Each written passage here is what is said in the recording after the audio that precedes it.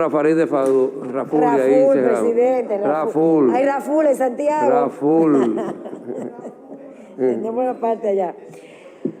Esto es un tema muy interesante porque he escuchado detenidamente a todos los colegas, presidente, y he anotado algunas de sus posiciones. Lo primero que yo quiero aclarar ante la opinión pública nacional, ¿qué es un estado de emergencia?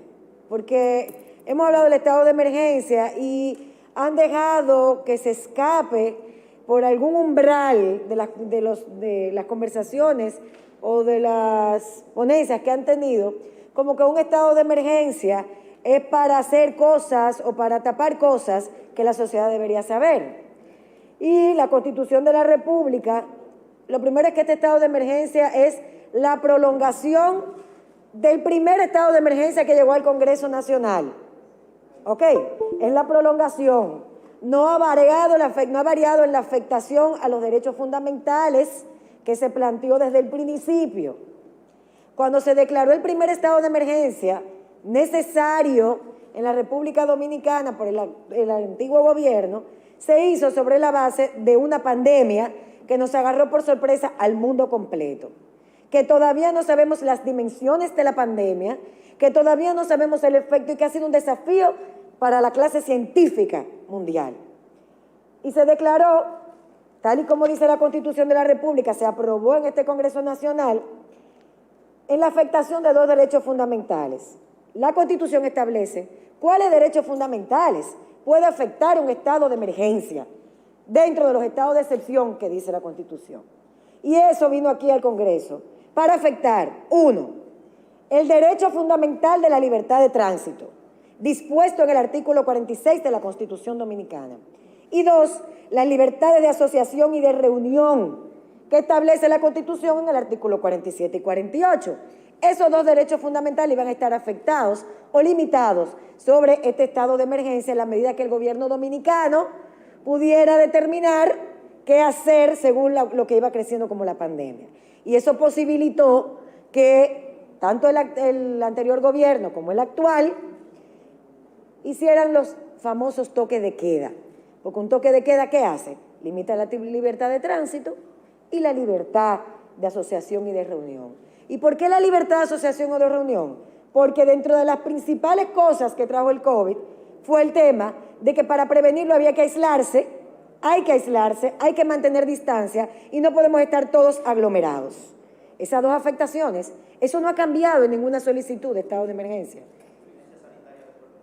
¿Qué pasó? Ahora se solicita por 45 días.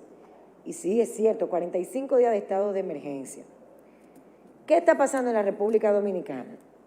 Si todo está tan bien, si, como decía nuestro colega de la oposición, el gobierno ha mantenido el control y ellos mismos han dicho que realmente lo han apoyado porque entienden que se le ha hecho frente y que somos uno de los principales países que ha podido inocular a la mayor cantidad de personas en términos comparativos.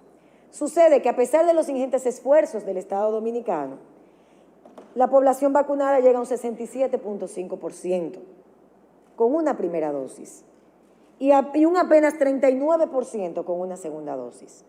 Sucede que 13 provincias, de las 31 provincias y el Distrito Nacional de la República Dominicana, todavía no han cumplido con las metas a las que tienen que llegar, lamentablemente. Y los representantes de esas provincias están aquí sentados. Deberían hacer más esfuerzo todavía para poder vacunar a su población, conjuntamente con el gobierno dominicano. ¿Qué hacemos en esas provincias? Sin un estado de emergencia no podemos limitar la cantidad de personas que tienen que congregarse en un sitio. No podemos limitar la circulación en esas demarcaciones para poder tener un control más efectivo, como lo hicimos en todo el territorio nacional. Y no obstante eso, aquí se rinde un informe de una comisión bicameral donde están senadores que se han levantado aquí y ese informe llega a la comisión bicameral para que evalúen lo que se está ejecutando desde el Ministerio de Salud, el Gabinete de Salud y el Poder Ejecutivo, para que lo fiscalicen los miembros de esa comisión bicameral. Y ellos tienen todos los argumentos para decir, si se van a oponer, qué tan insatisfactorios han sido esos informes para ellos. Porque hay que ser responsable, porque hablamos de credibilidad, pero vamos a hablar de responsabilidad también. Vamos a hablar de responsabilidad. Lo más importante es la salud del pueblo dominicano. Ah, qué bueno que ahora es la salud del pueblo dominicano lo más importante para los partidos de oposición que en algún momento descuidaron ese segmento, a pesar de haber gobernado tantos años, sin plantear soluciones específicas para un nivel de accesibilidad. Deudas pendientes que tenemos. Pero ese es otro tema. En el contexto que se están declarando los estados de emergencia, en este momento obedece a criterios estrictamente sanitarios, como he mencionado. Contrario a lo que pasaba en el pasado, donde existieron amplias razones para dudar si se estaba favoreciendo político-electoralmente a un partido en medio de un proceso de elecciones. Y por eso vimos ese video del actual ministro de la Presidencia. Pero ellos eso todos lo saben. Y eso ha circulado en todos los medios. Entonces hay que ser responsable. Hay que ser responsable. Porque en ese momento no era sanitario solamente. Lo que nos llevó a tomarlo y a aprobarlo fue lo sanitario, pero las ejecutorias gubernamentales fueron otras para aprovecharse de esas circunstancias. Y ante esa situación, nosotros estábamos totalmente en desacuerdo, porque para nosotros sí lo más importante ha sido la salud del pueblo dominicano desde antes de llegar al gobierno. Y por eso el actual gobierno dominicano hizo todo el esfuerzo necesario para garantizar esas vacunas a tiempo, cuando nadie creía que la República Dominicana en ese momento iba a ser el país de la región con mayor capacidad para poder vacunar a sus ciudadanos.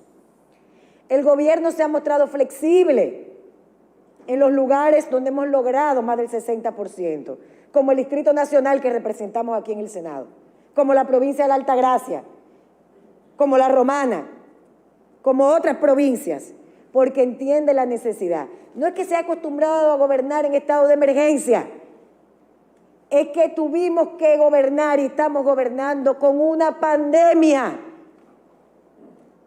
que en la historia no había sucedido desde hace muchos años y que implica desafíos. Yo también quiero que el PRM gobierne sin pandemia, sin estado de emergencia. Todos lo queremos y lo buscamos, pero uno no decide las coyunturas en las que tiene que asumir los destinos de la nación. Eso fue lo que nos tocó, con la pandemia que ellos salieron y la que tuvimos que llegar y hacerle frente a la misma. Hoy, mientras hablaba Ricardo de los Santos, confirmaba las estadísticas. Aquí no se está pidiendo un estado de emergencia porque probablemente en octubre hay un rebrote. No es ese el argumento. El argumento es lo de hoy. Tenemos 13 provincias, no tenemos el 70% de las personas vacunadas como recomienda la OMS. Hay que hacer esfuerzos para seguir vacunando. Tenemos que afectar en algunas provincias la libertad de tránsito para poder seguir tomando las medidas precautorias que manda el Ministerio de Salud. Hoy, mientras estamos hablando aquí, las estadísticas en Estados Unidos que acabamos de encontrar, dice que hay 180,000 niños en cuidados intensivos. Ahora mismo, en este momento. 180,000 niños en cuidados intensivos afectados de coronavirus.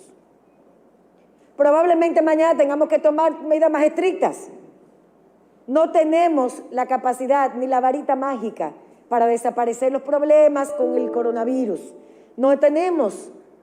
Y aquí estamos de manera responsable haciendo lo que entendemos mejor dentro de las coyunturas. Pero no es definitivo, nada es definitivo, porque el virus no plantea nuevas cepas, porque hasta ahora no se ha determinado que está la Delta en República Dominicana. Pero la Delta puede llegar en cualquier momento.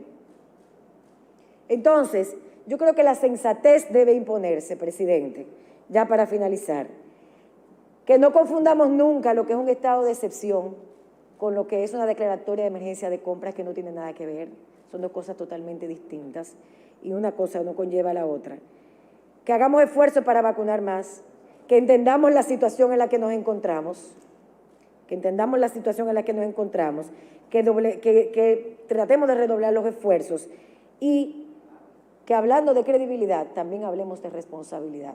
La credibilidad se gana en el tiempo, sostenido durante años, no con campañas, sino siendo responsable a la hora de emitir juicios, opiniones, valores y establecer datos para poder mostrar a la población dominicana. Muchísimas gracias, Presidenta. Mire,